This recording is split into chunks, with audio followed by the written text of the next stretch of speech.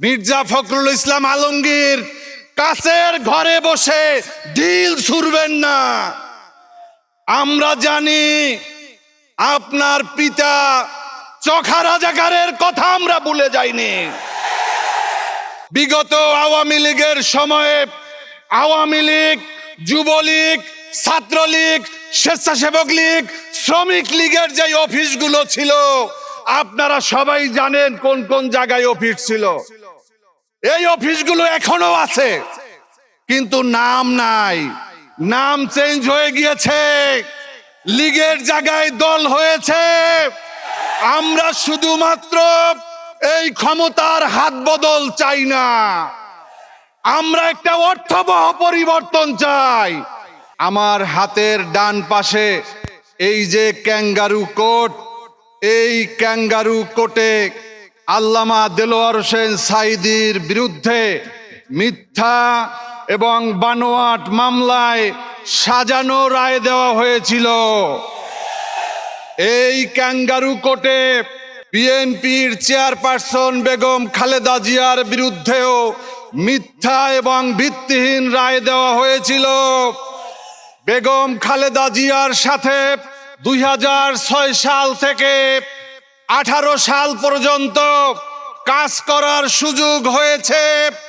প্রত্যেকটা কর্মসূচিতে, প্রত্যেকটা প্রোগ্রামে, বিশেষ করে এই আদালতে যাদের বিরুদ্ধে রায় দেওয়া হয়েছিল আল্লামা দেলোয়ার হোসেন সাঈদী, এবং মিথ্যা মামলায় যে ফাঁসি দেওয়া হয়েছিল মাওলানা মতিউর রহমান নিজামী, আলী আহসান মুজাহিদ, আব্দুল কাদের মোল্লা এবং আরো যে আমাদের ভাইদেরকে বিনা বিচারে হত্যা করা হয়েছে, বিচারের নামে অবিচার করা হয়েছিল, প্রত্যেকটা প্রোগ্রামে বেগম খালেদা জিয়া হাত উঁচু করে দরাজ কণ্ঠে বলেছিল এই বিচার হচ্ছে অবৈধ এবং মিথ্যা সাজানো মামলায়। কিন্তু গত পরশুদিনে আমরা দেখলাম ঠাকুরগাঁয়ে বিএনপির মহাসচিব তিনি একটি বক্তব্য দিলেন যে একটি নতুন দল জনগণের কাছে আসছে, তারা দাঁড়িপাল্লা মার্কায় ভোট চাচ্ছে, তারা হচ্ছে যুদ্ধ অপরাধী। তাহলে আপনার নেত্রী যে তাদের যে মিথ্যা মামলা বলল, তাদের মুক্তি চাইলো, তাদের বিচার নিয়ে প্রশ্ন তুললো, আজকে কি আমরা বলবো না যে বেগম খালেদা জিয়ার বিরুদ্ধে আপনারা অবস্থান নিয়েছেন? সংগ্রামী বন্ধুরা আমার, মির্জা ফখরুল ইসলাম আলমগীর কাছের ঘরে বসে ঢিল ছুড়বেন না। আমরা জানি আপনার পিতা চোখা রাজাকারের কথা আমরা ভুলে যাইনি।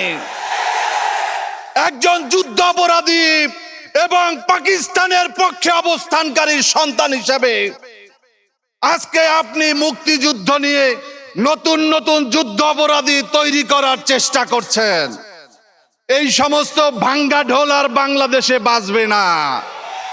5 তারিখে হাসিনা পালিয়ে গিয়েছে এবং এই মুক্তিযুদ্ধের চেতনার নামে বাংলাদেশে যে বিভক্তির রাজনীতি, বাংলাদেশে যে হানাহানির রাজনীতি, তার বিরুদ্ধে আজকে আমাদের ডাক্তার শফিকুর রহমান ঐক্যবদ্ধ বাংলাদেশের ডাক দিয়েছে। তাই বাংলাদেশ লিবার পার্টি, আমরা বিএনপি ছেড়ে আমরা এখানে অবস্থান নিয়েছি। বন্ধুরা, আগামী 12 তারিখে ইসলামী ছাত্র শিবির যেভাবে 5টি ক্যাম্পাসে বিজয় অর্জন করেছে, আমরা জামাত ইসলামীর নেতৃত্বে আগামী বাংলাদেশে আগামী 12 তারিখে এই জাতীয় সংসদ নির্বাচনেও বিজয় ছিনিয়ে আনবো ইনশাআল্লাহ। আর একটা কথা বলে শেষ করব, আব্দুল্লাহপুর থেকে শুরু করে সদরঘাট পর্যন্ত বিগত আওয়ামী লীগের সময়ে আওয়ামী লীগ, যুবলীগ, ছাত্রলীগ, স্বেচ্ছাসেবক লীগ, শ্রমিক লীগের যে অফিসগুলো ছিল আপনারা সবাই জানেন কোন কোন জায়গায় অফিস ছিল। এই অফিসগুলো এখনো আছে, কিন্তু নাম নাই, নাম চেঞ্জ হয়ে গিয়েছে, লীগের জায়গায় দল হয়েছে। আমরা শুধুমাত্র এই ক্ষমতার হাত বদল চাই না, আমরা একটা অর্থবহ পরিবর্তন চাই। আপনাদের মনে আছে বিগত 2025 সালের 9 জুলাই এই মিটফোর্ডে চাঁদার জন্য একজন মানুষকে, সোহাগকে কিভাবে পাথর দিয়ে গুতিয়ে গুতিয়ে তারপর হত্যা করা হয়েছিল। তারা কারা আমরা জানি, আজকে তাদের নাম বললাম না। তাদের সাথে এই পল্টনে যারা লগি বৈঠা দিয়ে হত্যা করেছিল তাদের চরিত্রের সাথে তাদের চরিত্র মিলে যায়।